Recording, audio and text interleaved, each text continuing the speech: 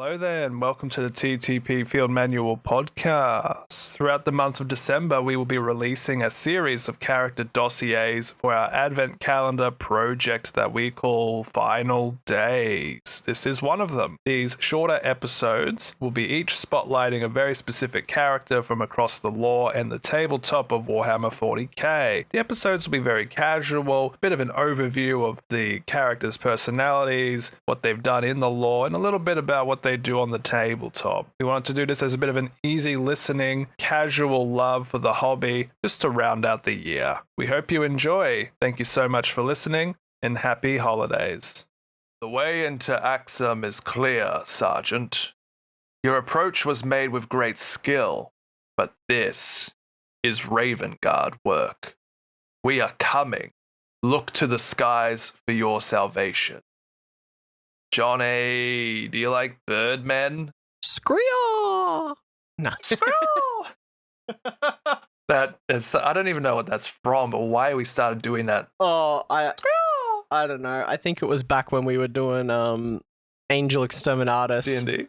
I feel like we've been doing that noise since our D&D campaign. Oh, maybe. Anyway. Someone was probably playing a bird folk of some kind. I bet you cannot guess who we're talking about today. It sounds like we're going to be talking about the Bird Boys. Is this going to be Aethon Shaan? Aethon Shaan Maybe and Kayvaan Shrike. We're just going to be talking about what the chapter master, or is this first captain position these two shared? None of that was entirely true or false. Well, now you've got me all confused. I guess I'll just have to pay attention to this episode and see what happens. I suppose you'll have to pay attention, mate. Oh, you mean I can't just zone out? That quote was actually two separate quotes smashed together, by the by. Oh, a bit of smush. Bit of smush. But we are going to start our topic with Kayvaan Shrike. What a Chad. Just saying. All right. We've been doing a lot of these little recordings of late, but this is the first one you're going to be around that's like good aligned Space Marines. And I use the term good loosely. I was going to say, does that exist? You're not a Space Marine fan, are you, Johnny? No, not really. They definitely have some cool dudes. Don't get me wrong. There's some cool, when you've got this many data sheets, some of them have to hit, right? Yeah, right. But overall, it's all very samey. Their armor doesn't have enough trim on it. But I've definitely found interesting characters. I'm a big fan of Librarian in Terminator armor. I think that's a really cool model. Aethon Shaan, who we will talk about today, is very cool, as is Sabodin Khan. Like, they've got some cool characters mixed in amongst it and some sick models. But overall, I find their lore very samey. Yeah. Whilst these folks aren't entirely unique, I think you will like a lot of what I have to say about, especially Mr. Kayvaan. Cool, let's do it. So, Kayvaan Shrike, he was born as anyone is, as a just normal human, youth worker, hive ganger, bit of a street rat, but then would obviously do something that gets him noticed. To the point where he actually, as a youth, was doing something that led to him being pursued by a bunch of gangers that would pursue him. And he actually would evade them for like a week or more, actually killing them off one by one so effectively that the Raven Guard chaplains were like, this kid's pretty good. And Shrike himself actually managed to resist the chaplains a little bit, just like, no, I'm not doing that, you suck. And then left, and they just kept being like, mate, come on, please. I don't think they used the word please, but they managed to get him to come with, train him up, and boom, boom. Now, obviously, start off as a neophyte or a scout. Kayvaan rose through the ranks quite well. This was definitely influenced by the fact that the role that he ascended to, command of 3rd Company, occurred when the original commander of 3rd Company had to go for a snooze in a dreadnought. He says. But at this point, Kayvaan then begins to get his reputation. His claim to fame was against a particular named Skullcrack. All right. So Third company, of course, was sent, and Raven Guard are all about that subterfuge, behind enemy lines, destabilization, that kind of stuff, assassination. They were tasked with actually eliminating the orcs' defenses, but after doing so, their transport ship back out of the conflict was shot down in orbit. So they were stranded. And Shrike was like, don't worry about it. We'll keep doing stuff here. So for the next 2 years, Shrike and his company managed to effectively do guerrilla warfare against the orcs. They would strike without warning. They would hit supply lines. They would spread reconnaissance data to other naval vessels up in orbit. And not any one of his company was lost, because they would strike so effectively that they would then disappear without a trace. They would go in, do their objective, and leave, to the point where the orcs started to actually fear them. They came to expect just these boogeyman, beaky marines that would just come get them. Beaky boys. Yeah, they would make little hideouts in the hive cities, then go out, hit their target, and then run back, to the point where if the orcs eventually got to a stage where they expected the hit to occur, they would prematurely try and preempt them by sending out all their trucks and wagons and stuff to try and intercept them. But obviously not very smart of them, because you could hear them coming a mile away. The effectiveness of Shrike and his company was such that Imperial tacticians were like, oh man, this conflict was over decades before it should have been. Decades. And then when he was managed to actually, evacuate the world, what was going on was that Imperial commanders, knowing about his effectiveness, would actually send out hails to him, hey, can you come help us, in our part of the conflict? Shrike would refuse every single one of them in favor of actually going to unmanned parts of solar systems that were under conflict and defend the undefended, to the point where such was this legend of Shrike coming and saving the day that it was almost like a myth. People would whisper that Shrike would come and save them.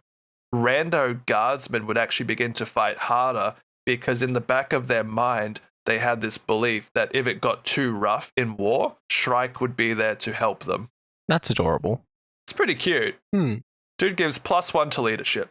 Nice. He doesn't. But that was his first moment in the spotlight, and I think that was pretty neat.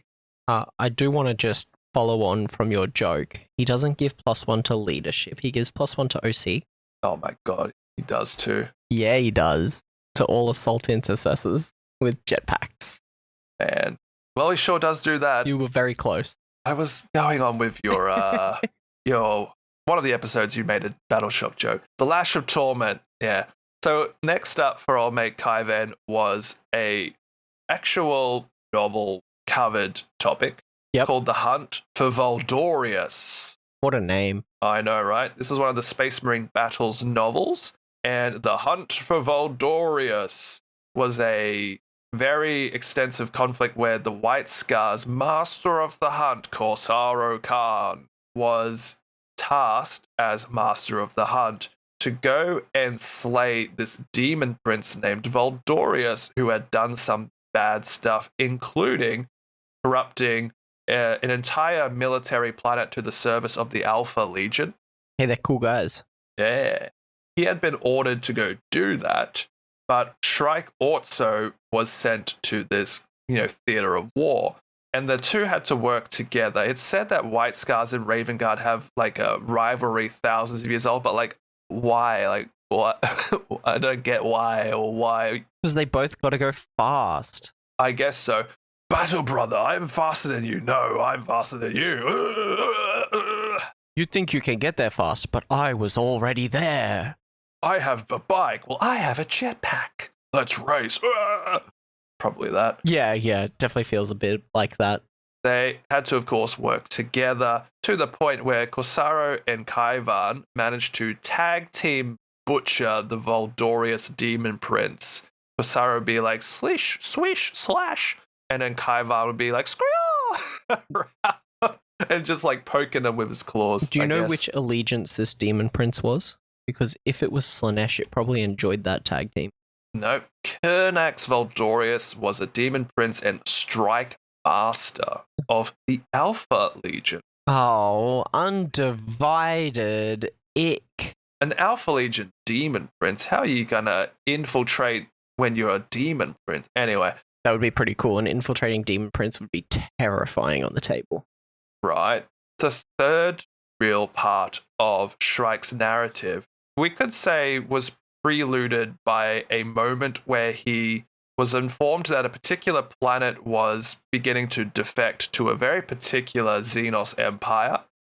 All of a sudden, there's Kayvaan Shrike with a bolt to a Tau ambassador's head saying, "Nuh-uh." Rude. So Shrike prevented a planet from joining the Tau Empire by assassinating the Tau ambassador sent to the world, which then leads into a very, very fun conflict known as Damocles. Wait, actually, Damocles? No, it's Damocles. Oh, okay, alright. Hey, isn't that Sleep Token song? Maybe. You would know. Your girlfriend would know. Damn straight. A couple of my other friends would know. Do I know? No, not really. Small mention in Spotify Wrapped that just came out. I was in the top 2% of listeners for Sleep Token. Top 2%? That's pretty crazy for what is a cult following. I was in the top 0.3% of an artist called Johnny Goth. Oh, I was in the top, I think it was 0.4% for an artist called Arrows in Action. Oh, mate. Apparently, I listened to an album like 4 times in a row on a single day, according to my Spotify. And as well, when I was taking an international flight early in the year, it was a noisy flight. So I put my headphones on and played the Mass Effect soundtrack on repeat, which apparently went for 282 minutes undisturbed. Holy dooly. All right, well, back on topic. Damocles. Anyway, yeah, we just had to edge you a little bit. Thank you for your patience. Welcome back to Damocles, where people get whammacled. So, the Damocles Crusade was a Tau sphere of expansion headed by none other than... Commander Shadow Sun. That's it.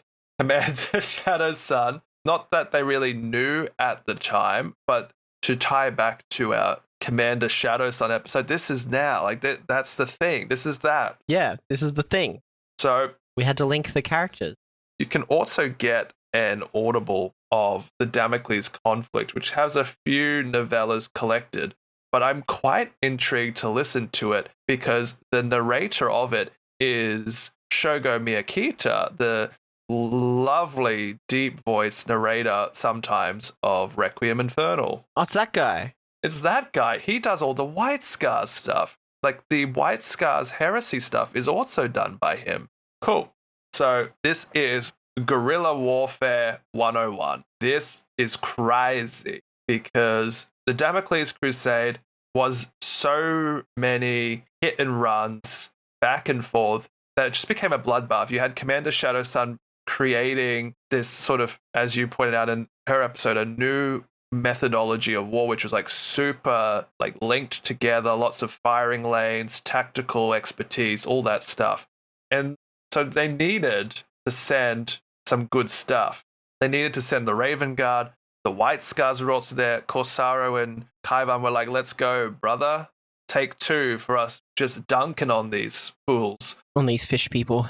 But this would be pretty rough because without going too hard into the Damocles, because that's like a whole episode itself, the chapter master of the Raven Guard would be led into a bit of a trap when like Raven Guard and White Scars and stuff were like ambushed in the opening battles before they really got to understand how the Tau fought.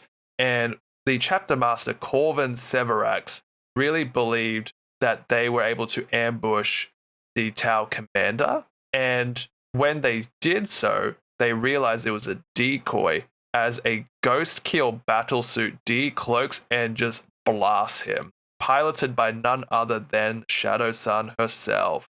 Hey, that's not the right battlesuit. No, but she was in it. Damn straight. That's my girl.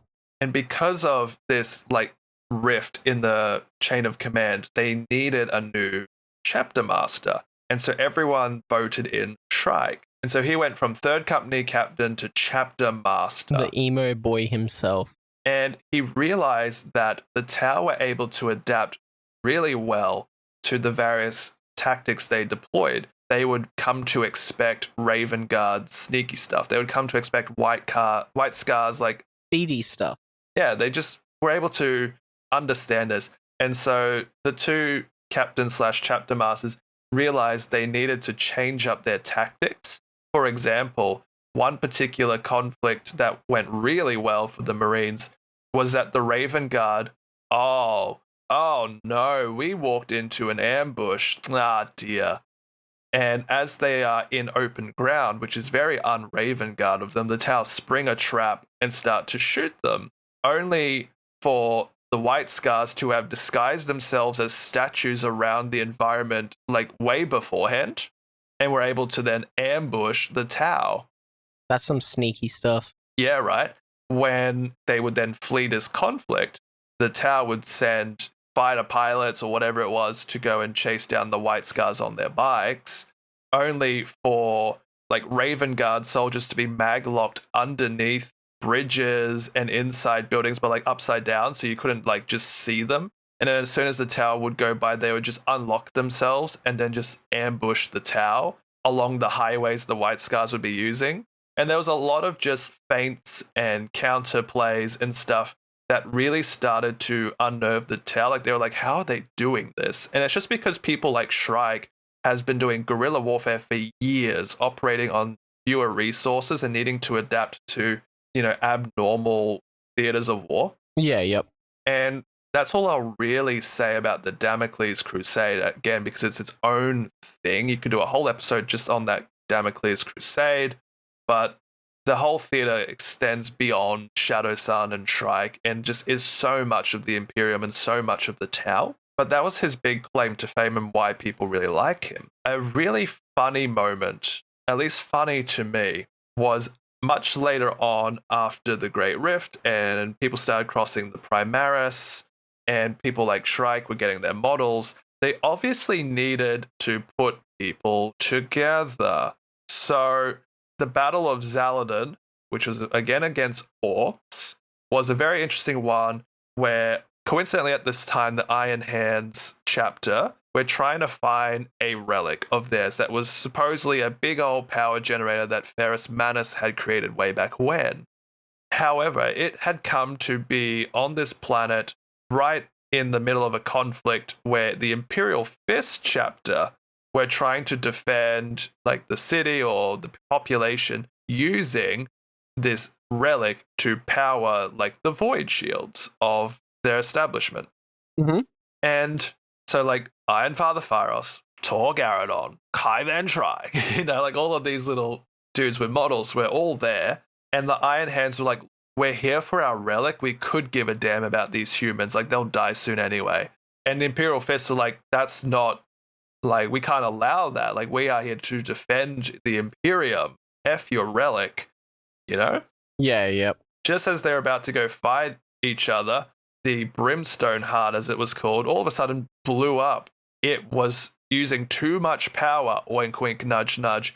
And it's heavily believed by all in attendance that Shrike just had had enough and was like, I'm just going to go over here for a bit, and sabotaged the Brimstone Heart a bit later on, blow up, and then there's nothing to fight over anymore, and we can just get to fighting the orcs. Cool. Nice. And then later on, as the chapter itself starts to balance itself back out, all of these like theaters of war they're retreating from, they're regrouping, Shrike starts to be a little doubtful of himself. He was regarded quite well in his role of chapter master because he doesn't allow unnecessary losses. He doesn't particularly think, you know, you got to overcommit, right? So a lot of people were quite happy with him, but he wasn't happy with himself because old Corvus Corax taught his sons what would be called the trifold path of shadow, or 3 ways of engaging in war. One of them is the path of ambush, which Shrike mastered to perfection, in exchange of not being as competent in the other 2. And so he believed if he was so deeply committed to the path of ambush, he would be directing his chapter into more of a recklessness set of behaviors. And if you think about it, old chapter master Severax also overcommitted to the bit and got blown up for his troubles. Oh no. Remember when he thought he had the Tau, but it was actually a trap by Shadow Sun? Yep. And so Shrike was like, I don't want people to follow me down this path of leading away from balance of our chapter. And so once the Great Rift was up and he had to really pull all of his assets together, make sure all of the various little squads and warbands of the Raven Guard were okay, and all of that stuff, he decided to elect a successor. He resigned from Chapter Master because he believed that Aethon Shaan, former First Company captain, was a much better master of the balance of the Trifold Path. He would be able to direct his chapter in all sorts of ways that Shrike just could not. And that's exactly what happened, with now Shrike actually taking his company back and heading off to help fight against High Fleet Leviathan in the Bastia subsector outlined in the start of edition Leviathan conflict. Okay. Yep. But Aethon Shaan now, his turn to be in the spotlight. So he's now the Master of Shadows. He's the chapter master. He did appear beforehand in a novel called The Chapters Due, which was a book from like 2010, but it's one of the Ultramarines novels. It's a Uriel Ventress novel. So Aethon Shaan's been around for quite some time as like a side character. Yep. Aethon Shaan was a person that was able to sort of come to Ultramar to help Ultramarines do what they needed to be done. What was going on at the time was that this was the whole Iron Warriors want their revenge against Ultramarines for some reason. This is the Uriel Ventress versus Warsmith Honsu arc of the narrative, and Shaan was actually present for that. One of Honsu's retinue was a renegade Raven Guard that Shaan wanted brought to justice. So Shaan just, helped the Ultramarines deal with all of that nonsense. He was so sneaky, though, that he and his squad were able to make their arrival onto Ultramar by making their way into Lord Marnius Calgar's chambers inside the Ultramarines' big old fortress, so stealthily, like the big old scout sergeant of the chapter, who used to have a mini RIP, Sergeant Telion, poor bloke, didn't even know they were there until they spoke up. Like, imagine you're so effective at stealth that you're inside the chapter master of the Ultramarines fortress room, and they don't even know you're there until you're like, sup. Is this the Drax level of if I stay still, they won't see me? Probably. Remember Nikona Shuriken? Biden? Yeah. Yeah, so it's sort of like you can twist the shadows around you to a certain extent. Yeah. It's that special power that some of the Raven Guard have. Yeah. Shaan would help resist the Iron Warriors. There was even some Corn stuff and demon stuff and all of that stuff. He actually had a lot of, compassion for the renegade Raven Guard, who actually had a change of heart and sacrificed himself to take down part of the chaos stuff they were fighting. And so Shaan actually got his apothecary to extract his gene seed after all, despite them going there in the first place to get rid of him. Nice. Yeah.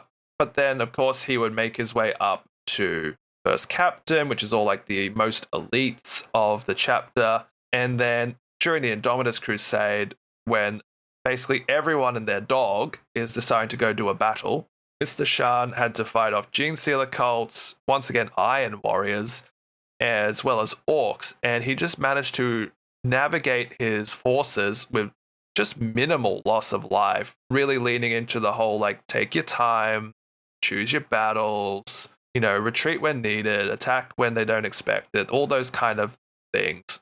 And it was these conflicts that actually led to Shrike being like, this guy's great. He knows his stuff. Yeah, so Aethon Shaan himself doesn't really actually fight all that often. He's more of a logistical leader. He stays back and observes war zones, directs individuals to do things such as like misdirection and subterfuge. Yeah, he's a tactical commander. Yeah, he puts a huge value on intelligence and independency within his chapter. And so he actually employs a lot of spies and thrall servitors and has these little like automata drones that look like the little ravens. That's what's on his model, that just constantly collect information and relay it back to him. And then he arrives in the absolute heart of the battle to land, the killing blow, because he also can fight, naturally. But yeah, his lightning claws that are on his model are actually the recovered claws of the old chapter master Severax, which apparently can pierce through any armor. Yeah, right. Oh no, sorry, that's I'm misspeaking. It's Kayvaan's claws. Kayvaan managed to actually win his choice of relic from a Raven Guard challenge, and he chose a set of lightning claws that supposedly Corax made himself when he was post drop site massacre depressed building things. He's like, oh my god, all my brothers died. We've lost all our weaponry. I need to make us some more. And just locks himself in his bedroom building things. And one of those lightning claws is what Shrike has. Supposedly, it can cut through anything. Does it? No, it's strength 5. I was going to say, strength 5, 2 AP, 2 damage. I don't know about anything. But Kayvaan is usually fighting individuals as a bit of an assassin, so fair enough. Unless Aethon Shaan is around. But yes, Shrike's pistol Blackout, I believe, is a silenced pistol. Nice. And it has a precision keyword as well, which has this really fun, like, pop down behind them, boom, to the back of their head. Sorry, Tau Ambassador. I'm sorry, is he a commissar? Yeah, I guess so. And then Shaan has the Blackwing Mantle, which actually does black flames, which I think is pretty neat. Very emo edgy, but yes. Be outside of some early mentions in codices in that one Ultramarines novel, we do not yet have much on Shaan. He's already done conflicts in the Damocles Crusade, as I just mentioned, but his claim to fame is that he's just a logistical genius and directs everyone in a really effective way before all of a sudden being, Skree-ah, I'm here! Yeah, as we point out, Kayvaan Shrike, he's got his precision keyworded weapons, he's definitely an assassin, he deep strikes, he leads, he's got lone op, he's got stealth, he gives lone op to his unit if he's leading them. He also has the echo of the Raven Spire. At the end of your opponent's turn, you can just uppy downy Kayvaan Shrike, not even a stratagem, he can just go back up. He gives, as you said, JPI's extra OC. He's great. He seems really good. I was looking at him for 100 points and I was like, damn, I'm jealous. Whereas Aethon Shaan, which you definitely take. I don't know about definitely. Okay, so you take him in Shadowmark. So you've got Vanguard Spearhead, which is the Codex Space Marines Raven Guard coded detachment that anyone can take. It gives you like stealth and stuff. Shadowmark Talon is the Aethon Shaan special version of that, which if he is on the battlefield, you can use the Into the Darkness stratagem for 0, which is uppy downy. Yeah, yep. For up to 2 Phobos Scout or 1 non that. Yeah. So 5 CP or 4 CP-ish for free if he's on the battlefield, just to uppy downy your units is pretty good. Pretty good. And then he himself can rapid ingress and heroic intervene for 0. With his potential friends. Or does he get friends? No, he doesn't have leader. He's on his own. Aethon's a lone op, deep striker, stealthy boy, but his Master of Shadows ability allows him to select an opponent's unit, and then your units can re-roll charges against them. Pretty good. Aethon seems really good, and at 85 points, as I was saying, like, I don't know about that, mainly because of the chapter master of the Raven Guard ability, whereas if you have Kayvaan and Aethon, Kayvaan loses lone op. But you usually put Kayvaan with a unit. I know. It's really fun. It's really fun. It's kind of silly. But yeah, Aethon for 85 points. Real good. You replace the auto-include lieutenant with combat weapon as your action monk. And you just have someone that is able to actually, give out free stratagems, which is key to the Raven Guard playline of being board controlling. Yeah. And then Aethon Shaan's got a 7 attack, sustained hits 2, hits on 2s, strength 5, 2, twin linked, and it's Codex Marine, so you get to do the whole reroll hits +1 the wounds thing. Like, it's pretty good. It's pretty good. But that's all I've really got for you, my friend. Kayvaan is a lot more tuned in with the Damocles stuff, but other than that, not so much. I think he actually does have his own novel, I think, that came out, which I imagine just covers a lot of like smaller moments, but hey. But no, that's cool. What do you think about Raven Guards? You like Raven Guards? Raven Guards seem like fun. I definitely see the like theme, that kind of good guy Night Lords aesthetic. Very much like the Jump Pack Intercessor sort of vibes. I like it. And sick models, both of them. Both Kayvaan Shrike and Aethon Shaan have very cool models. I like it. I'll let you in on a fun little secret. Oh, yeah? I voted Aethon Shaan for 40k Miniature of the Year on the Warhammer community poll. I may have done the same because that model is very nice. Oh dear, you voted for a Space Marine.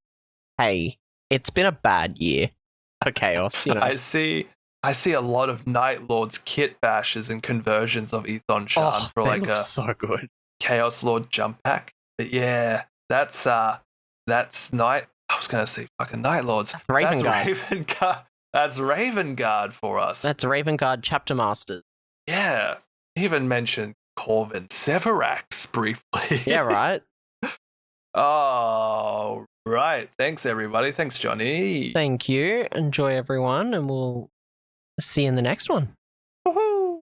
Hey, thank you so much for listening. If you enjoyed this episode, there's plenty more on the way, so stay tuned. If you can, it would mean a lot to us if you could share this with friends, people you know will probably enjoy the episodes that we're putting out. If you are enjoying the Field Manual podcast, if you've been really enjoying these episodes and want to share your thoughts with us, maybe have some ideas about what you'd like us to cover next, jump onto our Discord. There'll be a link in the bio of this episode. It's a fun little community we're hoping to grow, where people can come in, share their work in progress photos, have a chat about the hobbies, chat with us, we'll chat with you. We chat about our upcoming book clubs and things of that nature. Love to see you there. Thank you very much.